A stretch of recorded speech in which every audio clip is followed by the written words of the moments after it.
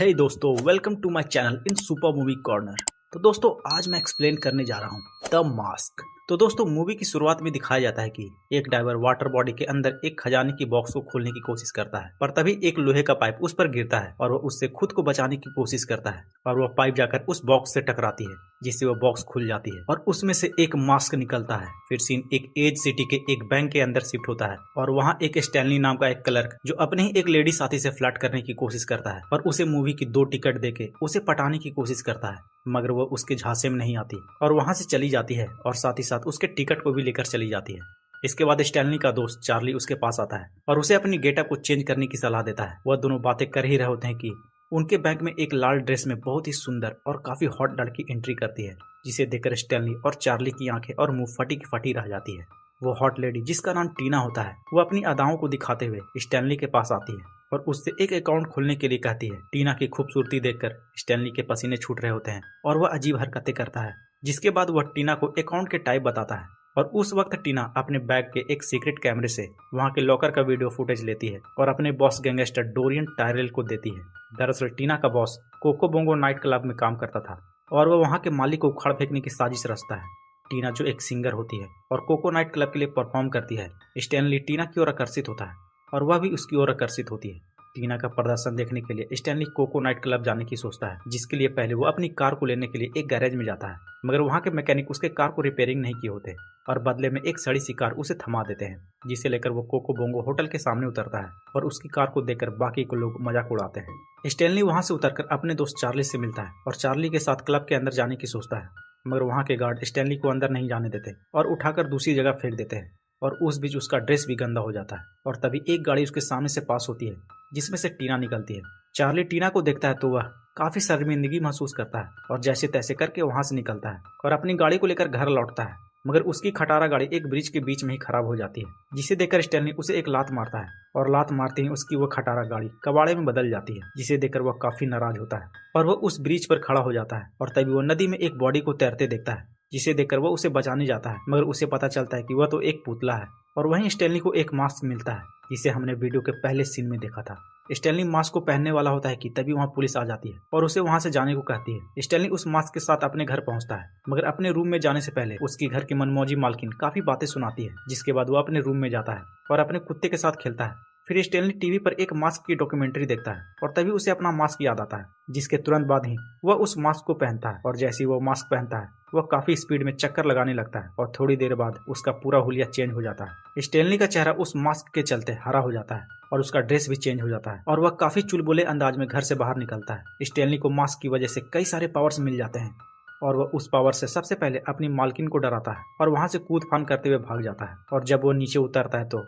उसे कुछ गुंडे घेर लेते हैं, मगर स्टैनली अपनी चुलबुले पावर और अंदाज से उन गुंडों का मनोरंजन करते हुए उन्हें सबक सिखाता है और उन्हें भगा डालता है। अपनी पावर को देखकर स्टैनली काफी खुश होता है और वह फैसला करता है कि इस पावर से वह लोगों की मदद करेगा और वह एक सुपर हीरो बन जाएगा। मगर आगे वह किसी की मदद करता, वह सबसे पहले उन 2 मैकेनिक के पास जाता है जिनकी वजह से उसे बेइज्जती उठानी पड़ी थी और उनके पास जाकर वह उन दोनों को सबक सिखाता है। फिर जब अगली सुबह स्टैनली को देखते हैं तो वह नॉर्मल होता है और जैसे ही वह अपने बेड से उठता है तो वह फौरन आईने के सामने खड़ा हो जाता है और अपने चेहरे को देखता है और अपने आप को तसल्ली देते हुए सोचता है कि कल जो उसके साथ मास्क वाली घटना हुई थी वह सच तो नहीं, और वह उस मास्क को देखकर मान लेता है कि वह एक सपना था। तभी उसके गेट पर एक पुलिस वाला आता है जो कल की वारदात की तहकीकात कर रहा होता है और वह स्टैनली से पूछताछ करता है और उस बीच स्टैनली को पता चलता है कि कल जो घटना हुई थी वह सच थी, जिसके बाद उसे सब नामुमकिन जैसा लगता है। वह पुलिस वाला स्टैनली से कुछ याद आने पर उसे कांटेक्ट करने को कहता है। फिर देखते कि स्टैनली को अपने ऑफिस के लिए देर हो रही होती है और वह जल्दी जल्दी ऑफिस में जाने के लिए तैयार हो रहा होता है और जाने से पहले वह उस मास्क को देखता है और उसे देखकर खिड़की के बाहर फेंक देता है, मगर वह मास्क हवा में लहराते हुए फिर से वापस उसके घर में आ जाती है। जिसके बाद हम वह 2 मैकेनिक को देखते हैं जिसे पिछली रात स्टैनली ने सबक सिखाया था और उस वारदात की रिपोर्टिंग करने के लिए एक पैगी नाम की रिपोर्टर वहां आती है, मगर उसे वहां कोई भी इन्फॉर्मेशन नहीं मिलता। फिर जब स्टैनली अपने ऑफिस पहुंचता है तो वहां उसे अपने मैनेजर से थोड़ी बहुत बातें सुननी पड़ती है, जिसके बाद चार्ली उसे संभालता है और वो दोनों फिर से लड़कियों की गप्पे हाँकने लगते हैं और उस बीच वहां रिपोर्टर पैगी पहुंचती है और सीधे स्टैनली से मिलती है। पैगी एक काफी गरीब रिपोर्टर होती है जो पैसे कमाने के लिए एक अफसर की तलाश में होती है और वह गैरेज में हुई वारदात की इन्फॉर्मेशन इकट्ठा करने स्टैनली के पास आई होती है, क्योंकि उसे किसी तरह से पता चल जाता है कि स्टैनली की गाड़ी उस गैराज में रिपेयरिंग करने के लिए दी हुई थी। पैगी, जो एक गरीब रिपोर्टर होती है, उसे पैसे की जरूरत होती है तो वह स्टैनली को पटाने की भी कोशिश करती है ताकि उसके साथ शादी करके अपनी लाइफ को सेटल कर सके, और वो अपना नंबर उसे देकर चली जाती है। दूसरी तरफ गैंगस्टर डेरियन को देखते हैं, जिसे कोको बोंगो के मालिक के सामने पकड़कर पेश किया जाता है, क्योंकि वहाँ के मालिक को डेरियन के कारनामे के बारे में पता चल जाता है कि वह उसके नाइट क्लब को अपने छोटे मोटे घोटाले का अड्डा बनाकर रखा है। जिसके बाद वह उसे टॉर्चर करते हुए एक मौका देता है और कहता है कि तुम जल्द से जल्द इस शहर को छोड़कर चले जाओ। वहीं सीन स्टैनली की ओर शिफ्ट होता है और वह अपने सपने में होता है, जहाँ वो अपनी लग्जरी लाइफस्टाइल के साथ टीना के सामने खड़ा होता है और उसे अपने पास बुलाकर किस करने वाला होता है, पर टीना उसे किस करने की वजह चाटने लगती है और उसके रियल लाइफ में देखते हैं कि उसका कुत्ता माइलो उसे चाट रहा होता है। जिसके बाद उसकी नींद टूट जाती है और वो उठकर फिर से उस जादुई मास्क को देखता है, जिसके बाद वह उस मास्क को फिर से पहनकर मास्क मैन में ट्रांसफॉर्म हो जाता है और वह टीना से मिलने की सोचता है, मगर अपनी लग्जरी लाइफ को दिखाने के लिए उसके पास पैसे नहीं होते, जिसका जुगाड़ करने के लिए वह निकल पड़ता है। वहीं एज बैंक के बाहर देखते हैं कि डेरियन के लोग बैंक को लूटने की तैयारी कर रहे होते हैं और वह जैसे ही बैंक को लूटने के लिए आगे बढ़ते हैं, वैसे ही अनजाने में उस बैंक से स्टैनली निकलता है और फिर से चुलबुले और हास्यपूर्ण अंदाज में चकमा देकर वहां से भाग जाता है। और तब तक वहां पुलिस भी आ जाती है और डेरियन के लोग और पुलिस के बीच मुठभेड़ हो जाती है। वहीं कोको बोंगो होटल के बाहर देखते हैं कि एक बड़ा लंबा सा गाड़ी वहां जाकर लगता है, जिसमें से स्टैनली अपने मास्क वाले अवतार में निकलता है और लूटे हुए पैसे को लुटाकर इंटर करता है। अंदर देखते कि टीना अपनी परफॉर्मेंस दे रही होती है और स्टैनली एक टेबल पर बैठकर वहां के माहौल को देखता है, और जब वह टीना को देखता है तो वह कार्टूनिस्ट अंदाज में उसके होश उड़ रहे होते हैं और वह लगातार टीना की ओर आकर्षित हो रहा होता है। टीना जब अपने गाने को खत्म करती है तो स्टैनली अपना गाना शुरू कर देता है और वहाँ का माहौल बदल देता है, जिसके बाद वह टीना के साथ बहुत ही चुलबुले अंदाज में डांस करता है। वहीं देखते कि डोरियन भी वहाँ मौजूद होता है और उसके लोग उसे बैंक में अनसक्सेसफुल रॉबरी की इन्फॉर्मेशन देते हैं और वह अपने खास आदमी से मिलने जाता है, जिसे गोली लगी होती है और तुरंत ही उसकी मौत हो जाती है। यह सब देखकर डोरियन को गुस्सा आ जाता है और अपने आदमियों से उस शख्स के बारे में पूछता है जिसकी वजह से यह रॉबरी अनसक्सेसफुल हो गई थी। तभी उसका एक आदमी स्टैनली की ओर इशारा करते हुए बताता है कि अनसक्सेसफुल रॉबरी का कारण वह आदमी है। जिसके बाद डोरियन अपने आदमी से स्टैनली को पकड़ने के लिए भेजता है। डोरियन के आदमी नीचे आकर स्टैनली पर गोली चलाने लगते हैं, जिससे उसका टाई टूट जाता है और उसका टुकड़ा एक आम पैजामे में बदल जाता है। डोरियन के लोग उसे पकड़ने की कोशिश करते हैं, पर स्टैनली अपने चुलबुले और हास्यपूर्ण अंदाज से डोरियन के गुंडों का सामना करता है और उनकी गोली को डॉज कर रहा होता है और उस बीच एक गोली स्टैनली को लग जाती है। जिसके बाद वो डोरियन की ओर बढ़ता है और नौटंकी भरे अंदाज में उसका मजाक उड़ाता है और वहां से उछलते कुत्ते भाग जाता है। और ठीक उस वारदात पर पुलिस भी वहां पहुंच जाती है और डोरियन और उसके लोगों को पकड़ लेती है और पुलिस डोरियन की पूछताछ करने के लिए पुलिस स्टेशन ले जाती है। और उस दौरान पुलिस ऑफिसर कैल्वो को स्टैनली का फटा हुआ पैजामा का टुकड़ा मिलता है और उसे शक होता है कि वह मास्क मैन स्टैनली ही है और अपने शक को दूर करने के लिए वह स्टैनली के घर जाता है,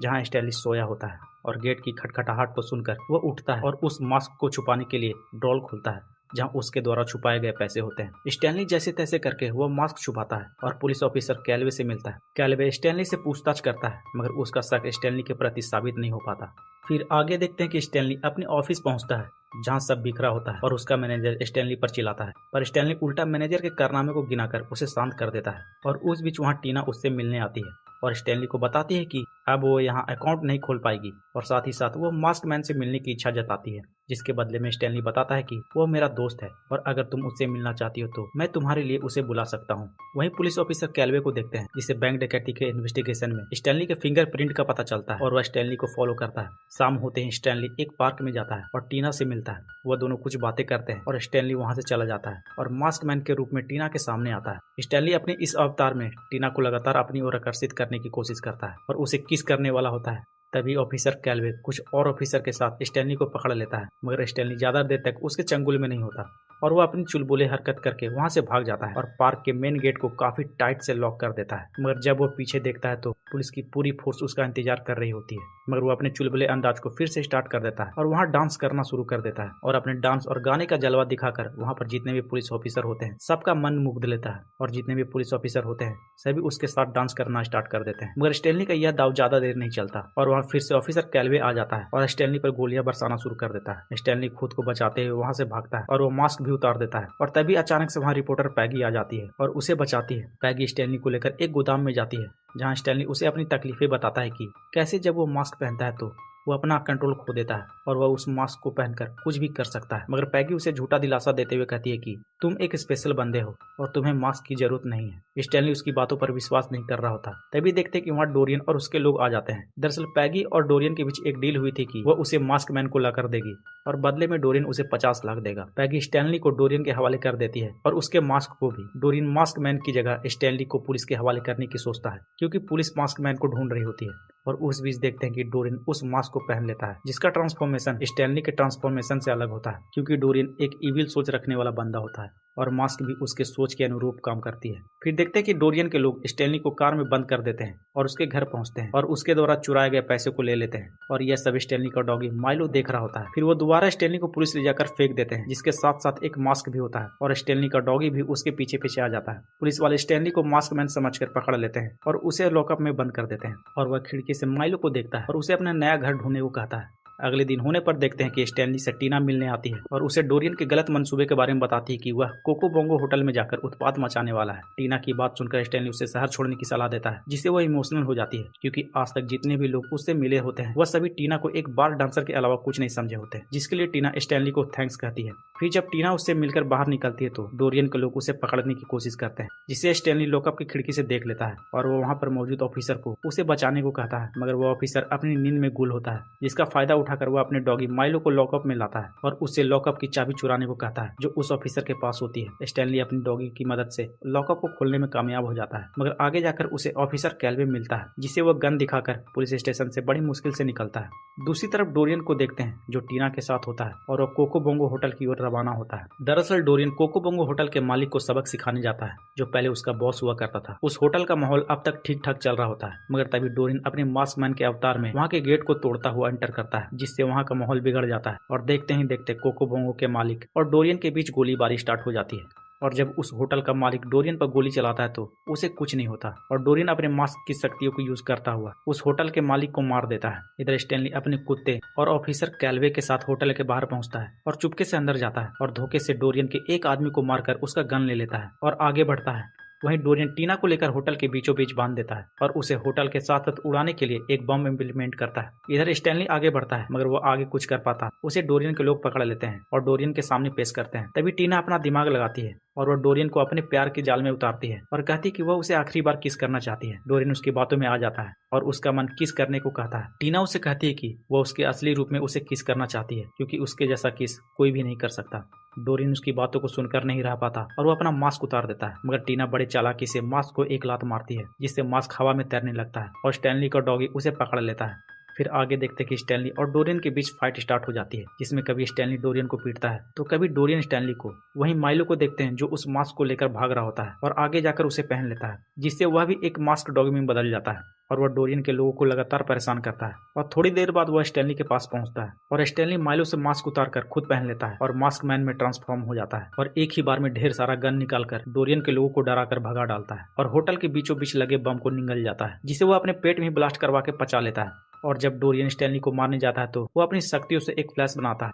और उसे सजावटी फवार की नाली में भेज देता है, जिसके बाद स्टैनली और टीना एक दूसरे को किस करने की कोशिश करते हैं। और तभी चार्ली पुलिस को लेकर वहां आ जाता है और वह डोरियन के गुंडे को गिरफ्तार करवा देता है। कैल्वे स्टैनली को फिर से गिरफ्तार करने की कोशिश करता है, लेकिन सिटी का मेयर उसे रोकता है और डोरियन को वह मास्क मैन बताता है, जिसके बाद वह स्टैनली की प्रशंसा भी करता है और एक नायक के रूप में स्टैनली की तारीफ होती है। अगले दिन होने पर स्टैनली झूठे आरोप से मुक्त होता है और अधिक सुरक्षित भी, और वह टीना, चार्ली और मेलो के साथ बंदरगाह पुल पर आता है, जहां टीना मास्क को नदी में फेंक देती है और फिर टीना और स्टैनली एक दूसरे को चूमते हैं। उन दोनों को बिजी होता देख चार्ली मास्क को लेने के लिए पानी में कूदता है, मगर माइलो उससे पहले बाजी मार लेता है और इसके साथ इस मूवी की अंत हो जाती है। तो दोस्तों, यह थी द मास्क की एक्सप्लेनेशन, और अगर आपको यह वीडियो एक्सप्लेनेशन अच्छा लगा तो वीडियो को लाइक और चैनल को सब्सक्राइब जरूर कर दीजिएगा।